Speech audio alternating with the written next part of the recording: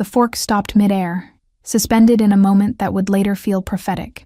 Leonard Kalin sat at his usual corner table in Riva Alta, where amber light caught the rim of his wine glass and transformed it into liquid gold.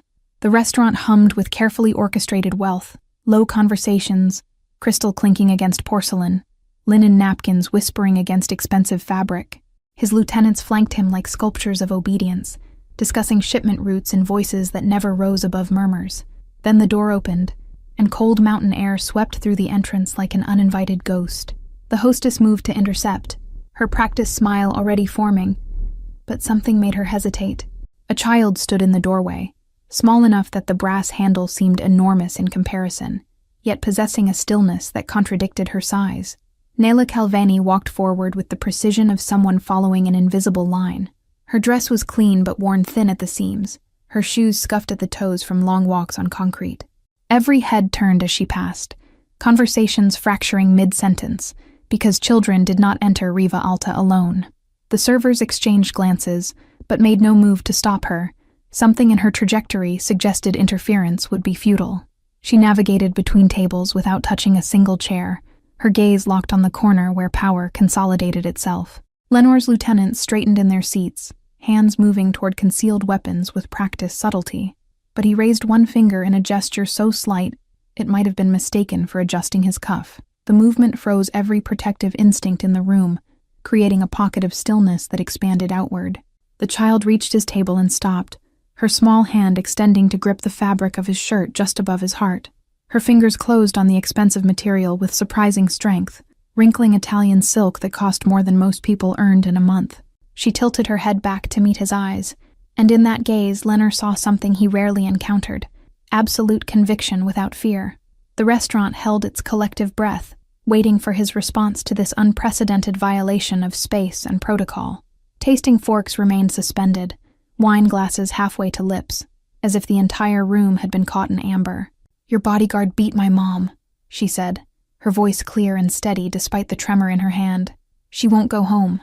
4 words that carried the weight of accusation and plea simultaneously, delivered with the simplicity of someone too young to understand the danger of truth. The silence that followed pressed against eardrums like a physical force, heavy enough to crack the carefully maintained veneer of civilized dining. Leonard studied her face with the same attention he gave to contracts worth millions. He noted the faint shadows beneath her eyes that spoke of sleepless nights, the set of her jaw that revealed genetic stubbornness. This was not a child prone to dramatics or lies. This was survival manifesting as courage because no other option remained. Her grip on his shirt never wavered, as if she understood that releasing him meant losing the only chance she would ever have. "Who is your mother?" His voice emerged quiet, almost gentle, but it carried to every corner of the room. The question was not a challenge, but an opening, the first step in a calculation already forming behind his carefully neutral expression. "The woman who fixes violins on the street near the train station." Her answer came immediately, without hesitation, as if she had rehearsed this moment 1,000 times in her mind. Leonard's jaw tightened almost imperceptibly, a micro-expression that his lieutenants recognized as the prelude to consequence.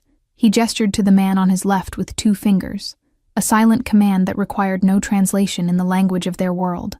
The lieutenant rose from his seat and disappeared through a side door, his footsteps the only sound in the frozen tableau. Nella's hand remained fisted in Leonard's shirt, her knuckles white with the effort of holding on, while he sat motionless as carved stone, waiting for information that would determine what happened next in this impossible interruption. Minutes stretched into something that felt like hours, measured only by the shallow breathing of a child who refused to let go. The other diners pretended to resume their meals, but every fork moved with mechanical precision. Every sip of wine tasted like cardboard. Leonard reached for his water glass with his free hand and pushed it across the white tablecloth toward Nella. "Drink," he said, not as an order, but as an observation of her cracked lips and the dust on her shoes that suggested she had walked a long distance. She picked up the glass without releasing his shirt, bringing it to her mouth with both hands like a much younger child. Water spilled slightly down her chin, but she drank deeply, her throat working in desperate swallows that revealed how long she had been searching for him. When she set the glass down, their eyes met again, and something passed between them that had no name. It was not sympathy or compassion. Those were luxuries Leonard had discarded years ago, but rather a recognition of will meeting will, of two people who understood that retreat was never an option. The side door opened, and the lieutenant returned, moving with the controlled urgency of someone carrying information that could not wait. He leaned down, his mouth close to Leonard's ear, and whispered words that made the muscles in the boss's jaw flex with barely contained reaction. Leonard's expression remained carved from marble, but something shifted behind his eyes like tectonic plates adjusting beneath calm water. He looked down at Nella's small fist still gripping his shirt, then back up at the lieutenant with a gaze that could have frozen blood. Confirmed? The single word carried enough weight to crush bones, and the lieutenant nodded once, his face pale despite his dark complexion. Warren took her 3 days ago. Said she saw something during the shipment transfer near the industrial zone. The lieutenant's voice dropped even lower, as if speaking the words too loudly might invoke something dangerous. She's been held in the abandoned warehouse on Fisher Street, the one we use for temporary storage. He claimed she needed to be convinced not to talk. Lenor's free hand curled into a fist on the table, his knuckles going white against the dark wood. Warren was one of his outer circle, a bodyguard with authority to protect operations, but never to act without explicit orders involving civilians. The restaurant's ambient noise seemed to drain away entirely, as if someone had turned down the volume on reality itself. Lenor's breathing remained steady, but those who knew him recognized the stillness that preceded volcanic eruption, not of heat, but of ice that burned deeper than any flame. Was there something to see? His question came soft as silk and sharp as a razor's edge, each word precisely enunciated. The lieutenant shook his head quickly, fear making his movements jerky despite his training. No, sir. Warren was conducting personal business on company time, trying to shake down the luthier shops for protection money without authorization. He used my name. It was not a question, and the lieutenant's silence confirmed what Leonard already knew, that someone wearing his authority like stolen clothing had created this situation, had brought this child to his table with accusations that carried the terrible weight of truth. Leonard stood slowly, the movement causing Nella to stumble slightly but not release her grip on his shirt. He looked down at her, and for the first time since she had entered, something almost human flickered across his features. Not kindness, but something more complex, a recognition of debt incurred through another's error. Take me to her. Nella's voice came small but firm, and Leonard realized she had not just come to accuse but to lead, to ensure that words translated into action. He nodded once, a gesture that sent ripples of shock through every observer in the room. Leonard Kalin did not follow children, did not allow anyone to dictate his movements. Yet here he was, allowing this small hand to guide him toward the door like a compass pointing toward something he could no longer avoid. The night air hit them like a wall of ice as they stepped outside Riva Alta, the contrast with the restaurant's warmth sharp enough to steal breath. Nella finally released Lenor's shirt, but she stayed close to his side, her small frame casting almost no shadow beneath the amber streetlights. 2 black cars materialized at the curb, as if summoned by thought alone, their engines purring with expensive precision. Leonard's remaining lieutenants emerged from the restaurant behind them, forming a protective semicircle that spoke of trained efficiency and unquestioned loyalty. He opened the rear door of the first car himself, a gesture so unexpected that his men exchanged quick glances. "Get in," he told Nella, and she climbed into the leather interior without hesitation, sliding across the seat to make room for him. The car pulled away from the curb with the second vehicle following close behind, heading toward Boulder's industrial district where legitimate business dissolved into shadow. Nella sat with her hands folded in her lap, her small body rigid with tension that had nothing to do with fear of the man beside her. "How did you know where to find me?" Leonard asked, his voice neutral, genuinely curious about the mechanics of this impossible intersection. "I asked people in the street where the man in charge goes to eat." Her answer came simple and direct, revealing a logic that was both childlike and terrifyingly practical. "I waited outside for 3 nights until I saw your car. Tonight I had enough courage to go in." Leonard absorbed this information in silence, processing the image of this small girl conducting surveillance with the patience of a trained operative. The streetlights painted moving patterns across her face as they drove, illuminating features that bore striking resemblance to someone he suddenly needed to see. The city changed around them, elegant storefronts giving way to chain-link fences and corrugated metal. The Flatirons loomed dark against the star-scattered sky, their massive presence a reminder that human concerns were temporary against the permanence of stone. Fisher Street appeared like a scar across the landscape, lined with warehouses that had seen better decades and now served purposes their original architects never imagined. The cars slowed, their headlights catching graffiti and broken windows, until they stopped before a building that looked abandoned, but wasn't. Two men stood outside the rolling door, their postures shifting from casual to alert as they recognized the vehicles. Leonard emerged from the car before it fully stopped, Nella scrambling out behind him with determination that bordered on desperation. "Open it!"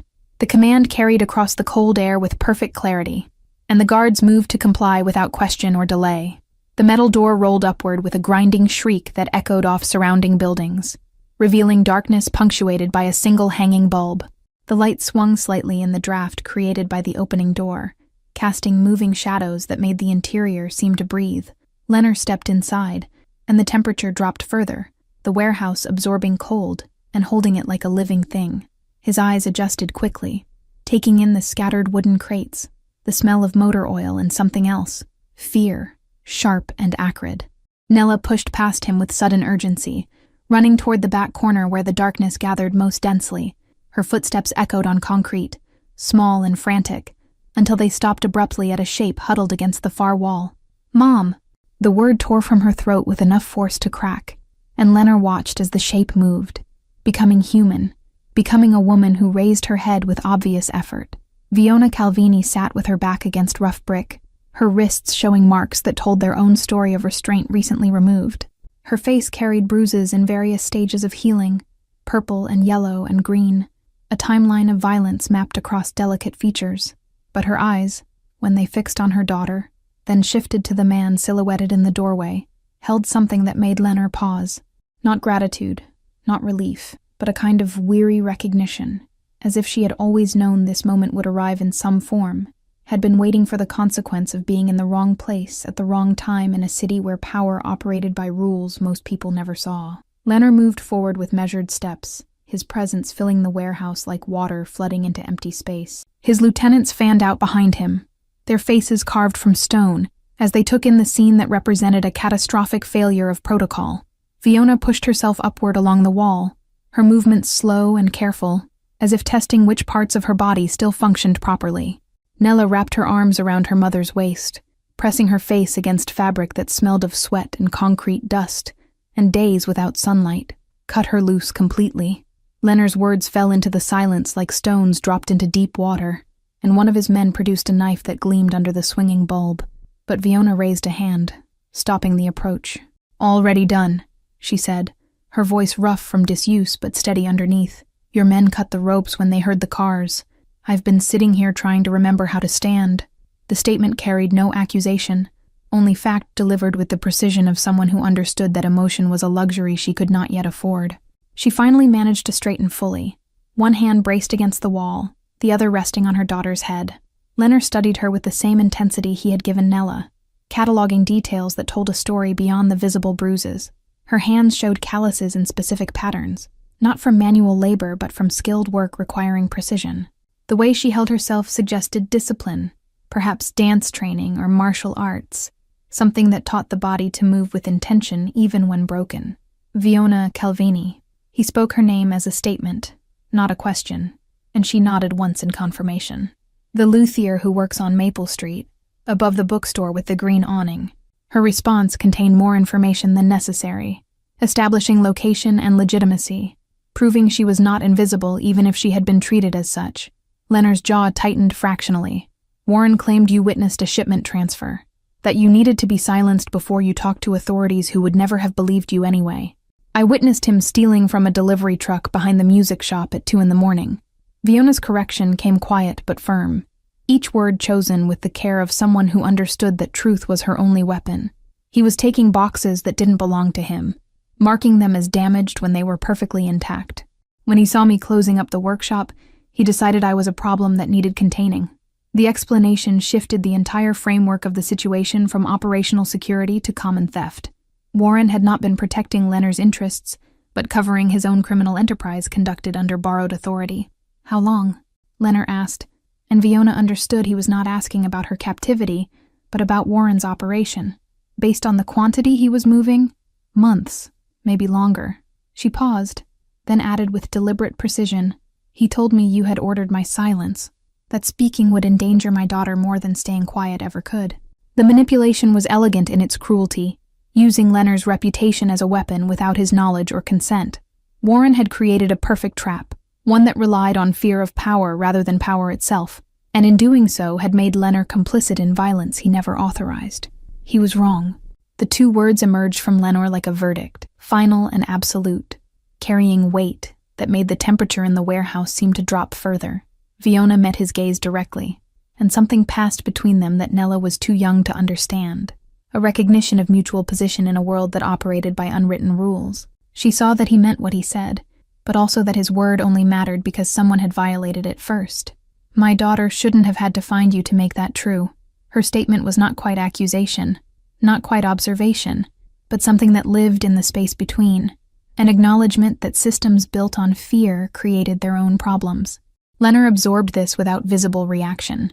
Though his lieutenants shifted uncomfortably at hearing their boss addressed with such directness, he turned to the man on his right, the one who had first brought him information inside the restaurant. Bring Warren here, now, and find out who else knew. The command carried implications that needed no elaboration, instructions that would be followed with the efficiency of long practice. The lieutenant disappeared into the night, his footsteps fading beyond the open warehouse door, where cold air continued to pour inside like an uninvited guest. Leonard removed his jacket with economical movements and held it toward Fiona, the expensive fabric suddenly irrelevant compared to her visible shivering. She hesitated only a moment before accepting, wrapping the coat around her shoulders with a gratitude that remained unspoken. The gesture was practical rather than kind, but it shifted something in the atmosphere, made the space feel fractionally less hostile. There's a car outside. It will take you wherever you need to go. Leonard's tone suggested this was not negotiable, though phrased as information rather than command. Nella looked up at her mother, then back at Leonard, her expression uncertain for the first time since entering the restaurant. What happens to the man who hurt her? The question emerged small but clear, a child's need for justice expressed in the simplest possible terms. Leonard crouched down, bringing himself to eye level with her, a movement that caused visible tension in his remaining guards. He will answer for what he did, but you don't need to see that. Some things are better left to people who understand consequences. His words carried no threat, no promise of violence, yet they communicated certainty that Nella seemed to accept. She nodded slowly, then took her mother's hand with both of hers, holding on as if afraid Fiona might disappear again. Fiona's gaze remained on Lenor's face, searching for something beneath the careful neutrality. Will answering include why he thought he could use your name as permission? Or is this just about theft? The question demonstrated an understanding of organizational structure that surprised him, suggesting she saw more than most civilians ever did. Leonard rose to his full height, considering how much truth to offer someone who had already paid too high a price for accidental knowledge. It includes everything. His answer was economical but complete, a commitment to comprehensive correction rather than surface resolution. Warren's actions suggest a rot that goes deeper than one man's greed. That rot ends tonight, along with anyone who helped it spread. Fiona studied him with an expression that might have been respect, or might have been calculation, perhaps both. And tomorrow, when word spreads that a luthier brought the man in charge to his knees with a child's accusation? The observation was sharp enough to draw blood, pointing to a vulnerability Leonard had not fully considered in the moment of Nella's arrival. His reputation was built on invulnerability, on the illusion that nothing touched him without permission. Yet here stood evidence that a 7-year-old had breached every defense he possessed. Tomorrow people will know that my word means something beyond fear. He spoke with conviction that felt true, even as he invented it, turning potential weakness into statement of principle. That there are lines even I don't permit crossing, and that includes violence against those who pose no actual threat. One of his lieutenants made a soft sound that might have been surprise or disagreement, quickly stifled. The philosophy Leonard was articulating existed in direct contradiction to standard operational procedure, where witnesses were liabilities and loose ends were severed without sentiment. Fiona tilted her head slightly, weighing his words against lived experience. Pretty ideals from a man who makes his living on controlled violence, but I suppose even criminals need codes, or everything becomes chaos. Her tone carried no judgment, only observation delivered with the detachment of someone who had spent 3 days contemplating the nature of power. Leonard found himself unexpectedly impressed by her refusal to perform gratitude or terror, her insistence on maintaining dignity, even while wearing his jacket over torn clothing. Codes are what separate us from Warren. The admission emerged before he could calculate its wisdom, revealing more philosophy than he typically shared with anyone outside his innermost circle. Without them, we're just predators fighting over territory. With them, we're something closer to governance, even if the law refuses to acknowledge it. The sound of multiple vehicles pulling up outside interrupted whatever response Fiona might have offered. Car doors opened and closed with efficient precision, followed by the heavier sound of someone being moved without cooperation. Lenore's expression hardened into something that made even his own men take an involuntary step backward. Take them to the car, make sure the driver knows where they live, and that he watches until they're safely inside. The lieutenant nearest the door gestured for Fiona and Nella to follow him, his posture more escort than guard. Fiona moved toward the exit with careful steps. Nella pressed against her side, but she paused at the threshold.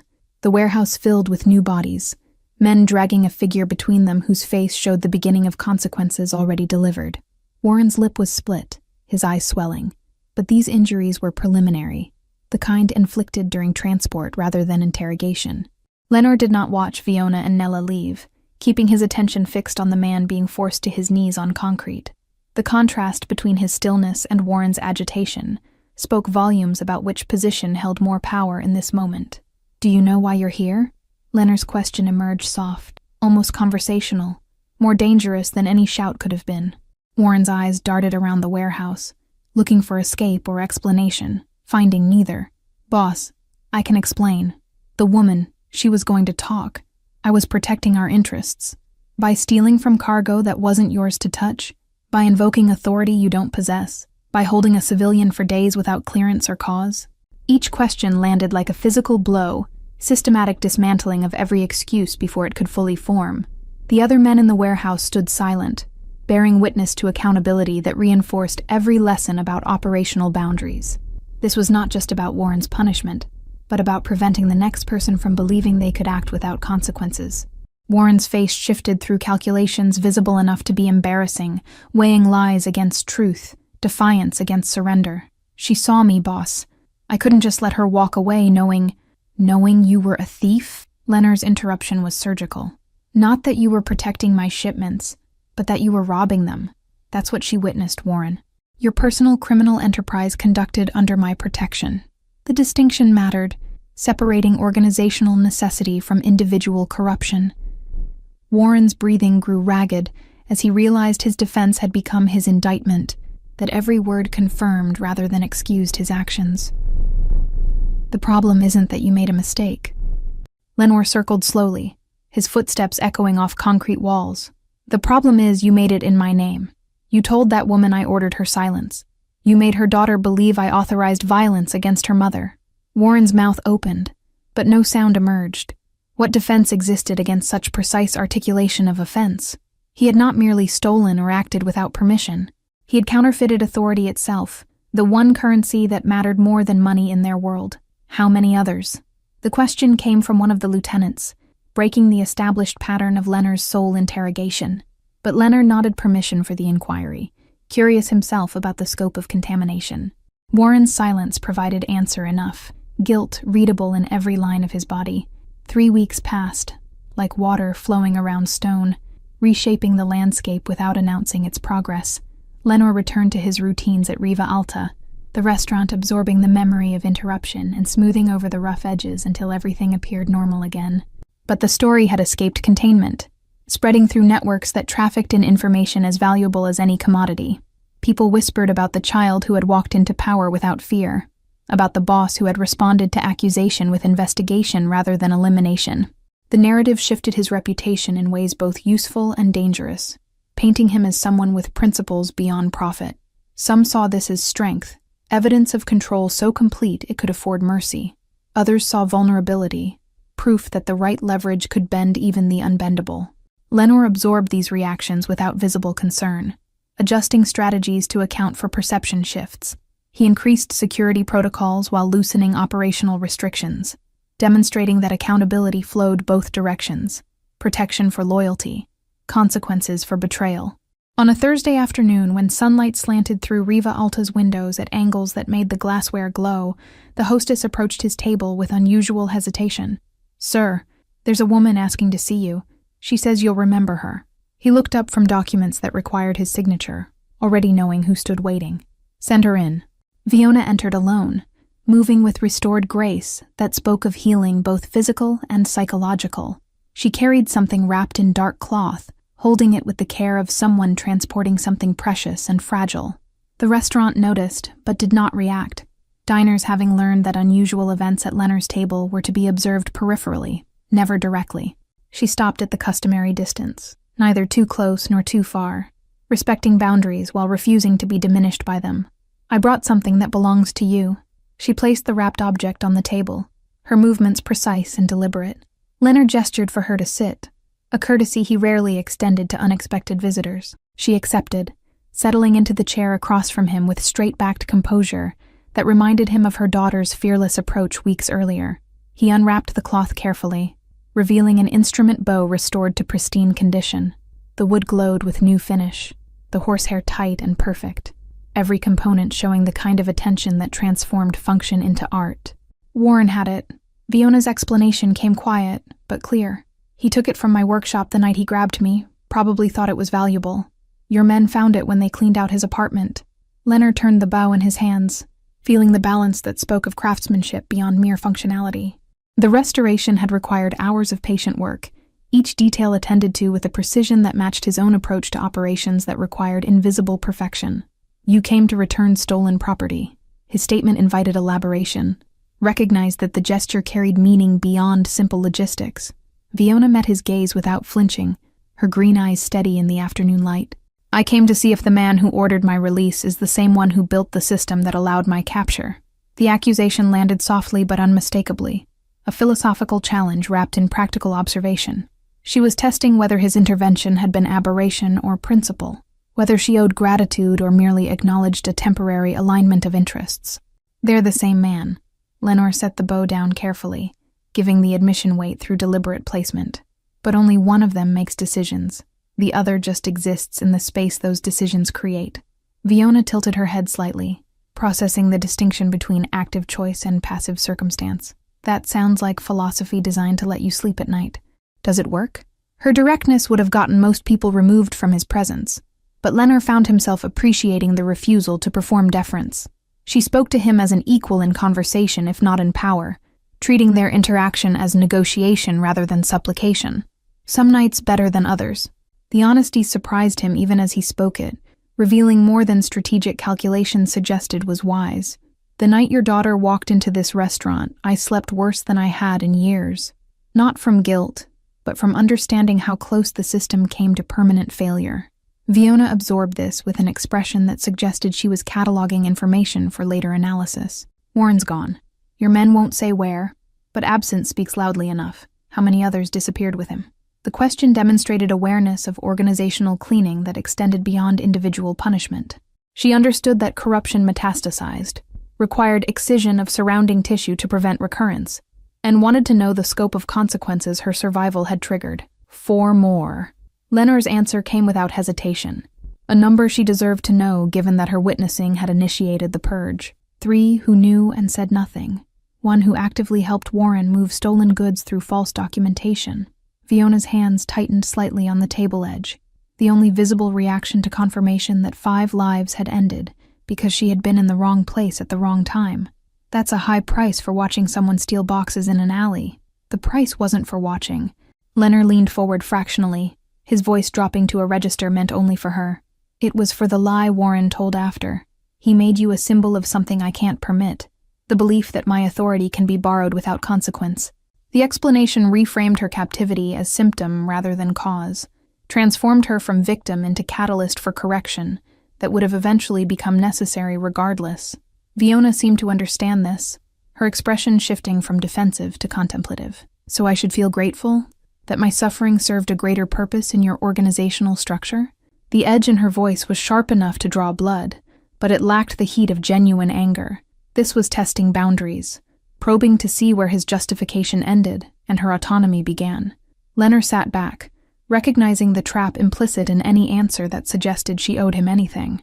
You should feel whatever you feel. Gratitude isn't currency I trade in.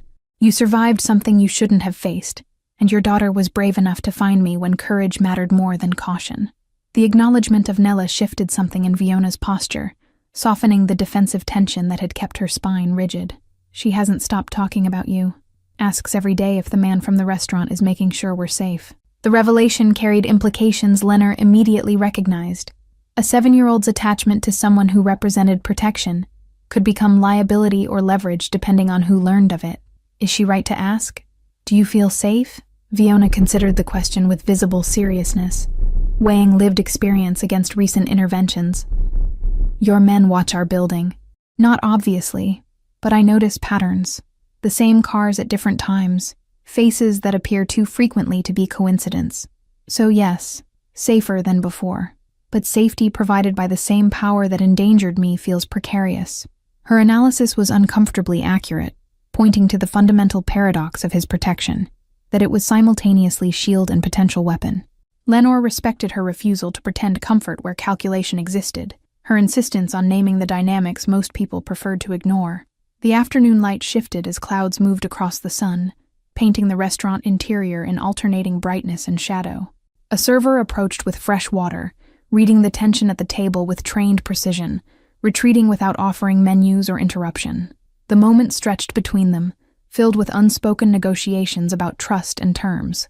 Lenore noticed details he had missed during their first encounter in the warehouse, the silver chain at her neck disappearing beneath her collar, the precise way she held her hands when not actively gesturing, suggesting control born from years of detailed work. Her profession had shaped her the way his had shaped him, creating discipline that manifested differently, but derived from the same source, understanding that small mistakes carried large consequences. Your daughter mentioned you play violin yourself. The observation was calculated to shift conversation away from philosophy toward something more concrete and less fraught with implicit accusation, that you were teaching her before everything happened. Precarious is honest. He picked up the bow again, running his thumb along the perfectly restored curve. Most safety is. The difference is whether you know who holds the strings or pretend they don't exist. Fiona watched his handling of the instrument with professional interest, noting his care despite obvious unfamiliarity with its purpose. You're not a musician. Why does that matter to you? Because you made it matter by bringing it here. Lenore set the bow down with finality. Everything that crosses this table carries meaning. You chose this as your message. Craftsmanship restored from damage. I'm curious what you want me to understand from it. Fiona's lips curved into something that wasn't quite a smile, but suggested appreciation for his reading of subtext. I want you to understand that broken things can be fixed if someone with the right skills decides they're worth saving. Not as they were, but as something that works again. The metaphor was transparent enough to be deliberate. She was speaking about herself, about systems, about the possibility of repair without erasure of damage. Lenore absorbed the message, recognizing both its wisdom and its implicit challenge to his usual methods of problem resolution. I don't fix things. His response came flat and definitive. I replace them or remove them. Fixing requires patience I've never cultivated and faith in transformation I've never possessed. Fiona leaned forward slightly, her intensity matching his in different frequency. Then maybe you should learn, because your replacement solution almost killed someone whose only crime was closing up her workshop at the wrong hour. The accusation was fair enough that Lenner couldn't deflect it, so he absorbed it instead, letting the weight settle into calculations about how he structured authority and accountability. She was right. His system optimized for efficiency over precision, for elimination over rehabilitation. If I wanted to learn, he said carefully, testing words before committing to them, where would someone teach that particular skill, metaphorically speaking? Fiona studied him for a long moment, searching for mockery or manipulation, apparently finding neither. I opened a new workshop, near the river, past the old mill on Arapahoe. I restore instruments that most people think are beyond saving. Water damage, fire damage, decades of neglect. The information was offered casually, but Lenner recognized the invitation hidden within practical details. She was telling him where to find her, establishing that his presence would be interpreted as genuine interest, rather than surveillance or threat. Instruments. He repeated the word as if testing its weight, not metaphors for organizational reform, actual violins and cellos and things with strings. Her laugh emerged unexpected and genuine, brightening her features in a way that reminded him she was younger than the past weeks had made her seem. Actual instruments. though I won't stop you from drawing whatever philosophical conclusions you need while watching wood grain get sanded." The moment felt oddly normal, two people discussing craft and location, as if their introduction hadn't involved kidnapping and accusation. Leonard found himself uncertain how to navigate conversation that didn't involve negotiation or threat, this strange territory where words served no purpose beyond communication. "Your daughter." He shifted topics to ground that felt more familiar. "She goes to school near there? The elementary on Baseline?" Fiona's expression sharpened immediately, maternal protection activating at the mention of Nella, in context of his knowledge. "She does. Why do you ask?" "Because children who demonstrate that kind of courage deserve to grow up without looking over their shoulders." Lenore kept his tone neutral, factual. "I wanted to make sure the protection extends to the places she actually spends time, not just the building where she sleeps." The explanation seemed to satisfy something in Fiona's assessment, her shoulders dropping fractionally from defensive height. "Your men already know her route. They've been following it for 2 weeks, always far enough back that she doesn't notice, but close enough to intervene if necessary. Her awareness of his surveillance network shouldn't have surprised him. She had already demonstrated observational skills sharper than most civilians possessed. Does that bother you, knowing we watch?" A couple at a nearby table laughed at something private, the sound jarring against the weight of their conversation. Fiona glanced toward the noise, then back to Leonard, as if measuring the distance between normal life and the one she currently inhabited. The restaurant existed in both worlds simultaneously, a place where ordinary people celebrated anniversaries while transactions that determined the city's hidden architecture happened 3 tables away. "I teach her to notice patterns now," Fiona said quietly, returning to his question about Nella's awareness. "Not to make her paranoid, but to give her tools I never had. She knows which cars belong in our neighborhood, which faces appear too frequently, how to recognize when someone is watching versus when someone is hunting." The admission revealed parenting philosophy shaped by trauma, a mother preparing her child for a world that had already proven dangerous. Lenore understood this instinct. His own father had taught him similar lessons, though the threats they'd faced came from different sources and required different defenses. Fiona considered the question with the same seriousness she'd given his earlier inquiries about safety. "It bothers me that it's necessary, but given that it is, I prefer competent watchers to the alternative. Your men are professionals. They don't make her feel hunted." The compliment was backhanded but sincere, acknowledging expertise while regretting its requirement. Leonard appreciated the complexity of her position, the way she refused to collapse into simple gratitude or resentment, maintaining nuance that reflected the actual mess of their situation. "The workshop." He returned to safer ground. "You said near the river. Is it the building with the green door, the one that used to be a print shop?" Fiona's surprise showed clearly, her eyebrows rising slightly. "You know it? That specific building? I know every building in this city that changes hands or purpose." The admission revealed more about his operational thoroughness than he typically shared. "Old print shop, vacant for 18 months, purchased 3 weeks ago through an LLC that took some effort to trace back to you." Her expression cycled through several emotions, impressed, unsettled, resigned, before settling on pragmatic acceptance. "Of course you know. Why would I expect privacy from someone whose business is knowing everything? There's a difference between knowing and caring." Leonard's distinction was subtle, but significant. "I know because information is collected. I care because you made yourself relevant by surviving and then by showing up here with that bow." Fiona absorbed the statement, parsing it for threat or reassurance, apparently finding elements of both. "Relevant. That's one way to describe being caught in your organization's crossfire and living to discuss it. Most people don't live to discuss it." His response emerged colder than intended, stating fact without considering how it would sound. The ones who do usually want something: money, protection, leverage. You came back to return property and ask if I'm the villain or just playing one. That makes you either very brave or very foolish. Fiona stood slowly, the movement signaling conclusion, without requiring announcement. Maybe both. Bravery and foolishness look similar when you're the one taking the risk. But I came for another reason too, when I wasn't sure I'd have the courage to voice. Leonard remained seated, giving her the positional advantage of height, curious where this conversation would ultimately land. "Say it then. You've earned the right to speak freely at this table." She took a breath, steadying herself for words that clearly carried weight. "I wanted to see if you were someone who could learn from mistakes, or just someone who punished them. Because Nella asks about you, and I need to know whether to encourage that interest or crush it for her protection."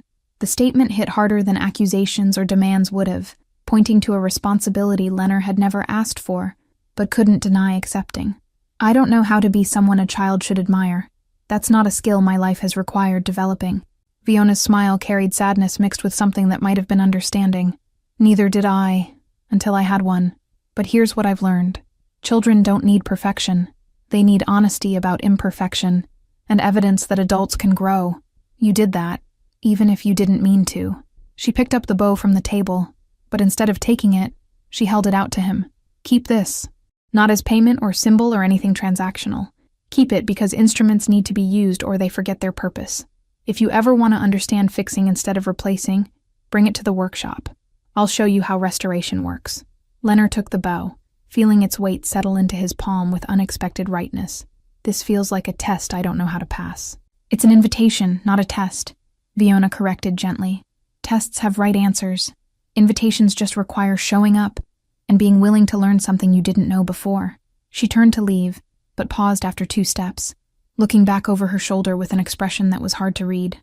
"Thank you for releasing her, for believing Nella when belief mattered, for whatever version of justice you delivered that I'll never see details of. Those things matter, even if they don't erase what came before." Leonard nodded once, accepting the gratitude without diminishing it with false modesty or philosophical deflection. "Your daughter is remarkable. Whatever you're teaching her about courage and timing, don't stop."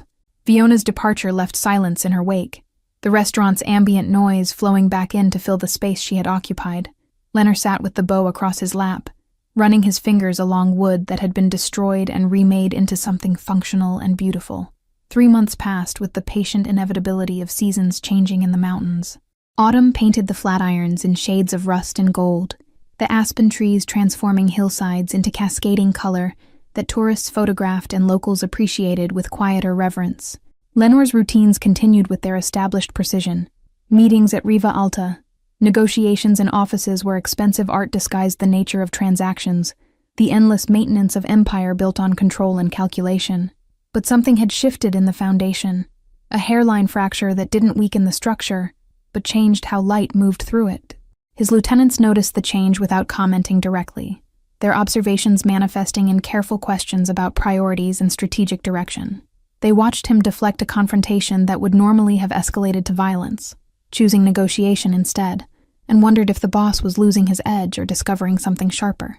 The organization adapted around his subtle transformation, uncertain whether to be concerned or impressed. The bow in his car became a subject of silent speculation among those who drove with him or waited outside meetings. No one asked its significance, because asking would acknowledge they'd noticed, and noticing meant caring about something beyond operational efficiency. But the object accumulated meaning through repetition, becoming a symbol whose interpretation varied depending on who observed it and what they needed to believe about the man who kept it there. Nayla saw him twice more during those months, brief encounters when he arrived at the workshop while she was present. She greeted him with the easy familiarity of someone who had no framework for appropriate distance, asking about his day with genuine interest that assumed his world operated by normal rules. He answered her questions with care, editing reality into something a child could comprehend without nightmares. He drove past the workshop twice before finally parking across the street on a Tuesday afternoon, when rain threatened but hadn't yet arrived. The green door looked freshly painted, a brass sign beside it reading Calvini Restoration, in elegant script that suggested permanence rather than temporary venture. Through the window he could see Fiona bent over a workbench, her concentration absolute as she attended to an instrument spread across padding. The scene looked impossibly peaceful, removed from the violence and calculation that comprised his daily existence. He sat in the car for 17 minutes, the bow resting on the passenger seat beside him, while he wrestled with the unfamiliar sensation of uncertainty. This wasn't negotiation or confrontation. It was something that required vulnerability he had spent decades eliminating from his operational capacity. Finally, he picked up the bow and crossed the street, the bell above the door announcing his entrance with a cheerful brightness that seemed incongruous.